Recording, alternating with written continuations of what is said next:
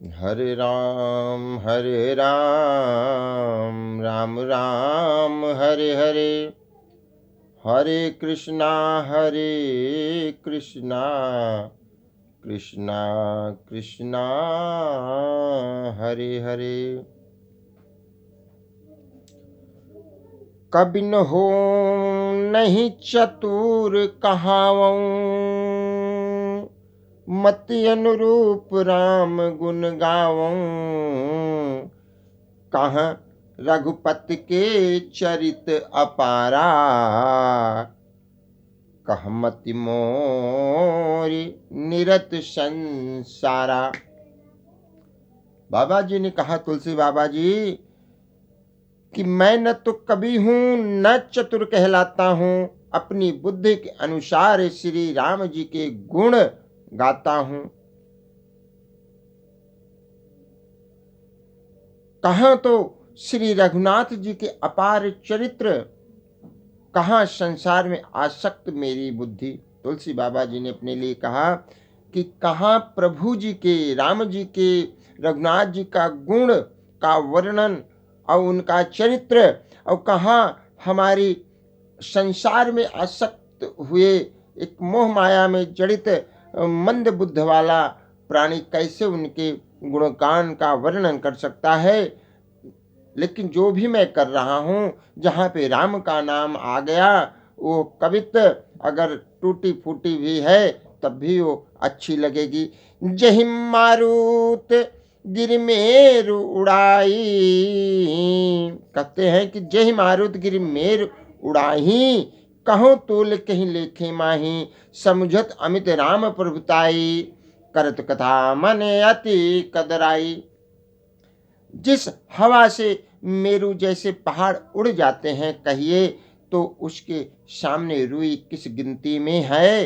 श्री राम जी की असीम प्रभुता को समझकर कथा रचने में मेरा मन बहुत हिचकिचाता है। सादर शेष महेश विधि, कहते हैं बाबा जी, बहुत ही अच्छी चौपाई इन्होंने लिखा है दोहा, कि सादर शेष महेश विधि, आगम निगम पुराण, नेति नेति कहीं जाश गुण, करहि निरंतर गान। कि सरस्वती जी, शेष जी, शिव जी, ब्रह्मा जी, शास्त्र वेद और पुराण ये सब नेति नेति कहकर पार नहीं पाकर, ऐसा नहीं कहते हुए सदा जिनका गुणगान करते हैं, तो मैं भला इस संसार में आसक्त रहने वाला प्राणी मनुष्य कैसे प्रभु जी के गुणगान को मैं लिख सकता हूं। बाबा जी ने आगे कहा, सब जानत प्रभु प्रभुता सोई। बहुत ही अच्छी चौपाई है कि सब जानत प्रभु प्रभुता सोई, तदपि कहें बिनु रहा न कोई, तहाँ वेद असी कारण राखा, भजन प्रभाव भांति बहु भाषा। कहते हैं कि यद्यपि प्रभु श्री रामचंद्र जी की प्रभुता को सब ऐसी अकथनीय ही जानते हैं, तथापि कहे बिना कोई नहीं रह सकता। इसमें वेद ने ऐसा कारण बताया है कि भजन का प्रभाव बहुत तरह से कहा गया है, अर्थात भगवान की महिमा का पूरा वर्णन तो कोई कर ही नहीं सकता, परंतु जिससे जितना बन पड़े उतना भगवान का गुणगान करना चाहिए, क्योंकि भगवान के गुणगान रूपी भजन का प्रभाव बहुत ही अनोखा होता है। उसका नाना प्रकार से शास्त्रों में वर्णन है। थोड़ा सा भी भगवान का भजन मनुष्य को सहज ही भवसागर से तार देता है, भवसागर से पार करा देता है। कहते हैं बाबा जी कि एक अनीह अरूप अनामा,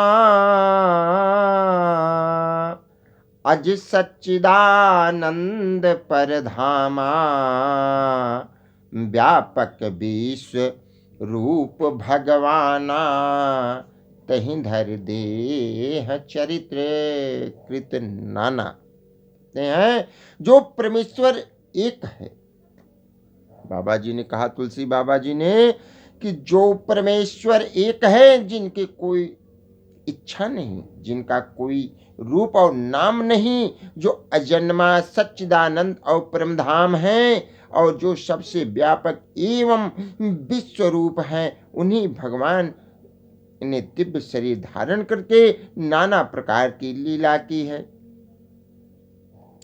सो केवल भगत ने हित लागी।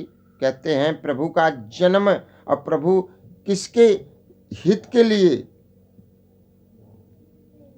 किसको बहुत प्रिय वो अपना मानते हैं। सो केवल भगतन हित लागी, परम कृपाल प्रणत अनुरागी, जहि जन पर ममता अति छोहू, जहि करुणा कर कीन को। कहते हैं वह लीला केवल भक्तों के हित के लिए ही है, क्योंकि भगवान परम कृपालु और शरणागत के बड़े प्रेमी हैं, जिनकी भक्तों पे बड़ी ममता और कृपा है, जिन्होंने एक बार जिस पर कृपा कर दी उस पर फिर कभी क्रोध नहीं करते। बाबा जी ने कहा कि गई बहोर गरीब निवाजू, सरल सबल साहिब रघुराजू, बुद्धि बर नहीं हरी जस यस जानी, करहि पुनीत सुफल निज बानी।